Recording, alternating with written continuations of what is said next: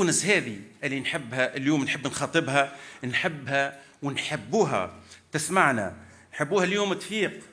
نحبوها تنزع عليها الإحباط وفقدان الأمل وتمن بالمستقبل. هذه تونس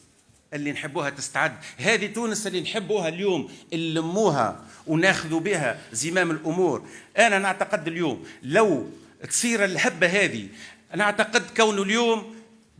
يعني بالمشاكل اللي وصلت لنا المستوى باش تكون فيه استفاقة، باش تكون فيه هبة. بنات وأبناء